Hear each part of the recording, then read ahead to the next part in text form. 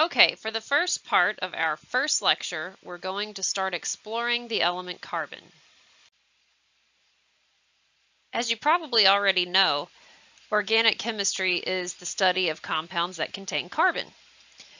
This means that by studying organic chemistry, we can understand the nature and reactivity of rather low molecular weight molecules like caffeine or estrogen, all the way up to large macromolecules like DNA or proteins.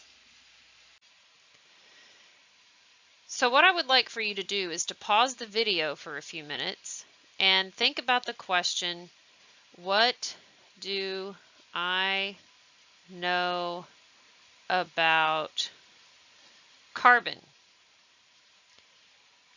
And I've given you a periodic table here in case you would like to reference it, but go ahead and pause the video for a minute or two and write down some answers to this question I've posed. Let's discuss some of the ideas that you may or may not have come up with. We see that carbon is element 6 on the periodic table. This means that it has 6 protons. In its neutral form, carbon also has 6 electrons, and they are arranged in atomic orbitals in an electron configuration of 1s2, 2s2, 2p2. The electrons in the 2s2 and 2p2 orbitals are the so-called valence electrons. Also from the periodic table, we see that carbon has an atomic mass of 12.01 AMU atomic mass units. Here are a few other facts that you may have jotted down. Because carbon has 4 valence electrons, it can form up to 4 bonds. Carbon is found in its elemental form as diamond, graphite, or amorphous carbon, otherwise known as coal.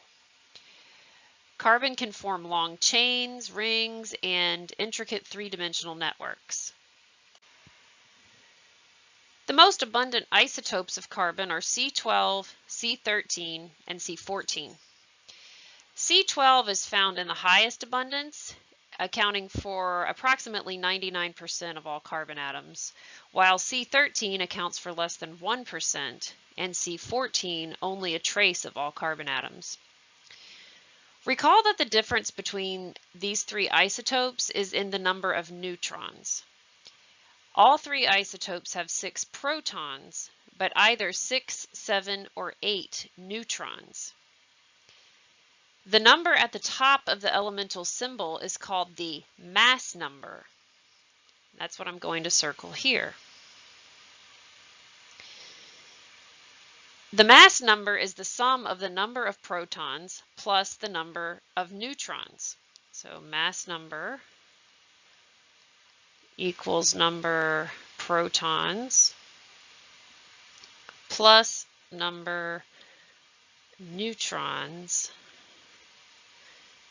in the atom. The lower number, which is not always shown, is the atomic number and corresponds to the number of protons in the atom. In the case of carbon, all 3 isotopes would have an atomic number of 6. Another fact about carbon that you may or may not be aware of is that carbon most commonly participates in covalent bonds. So in the next video, we will review bonding.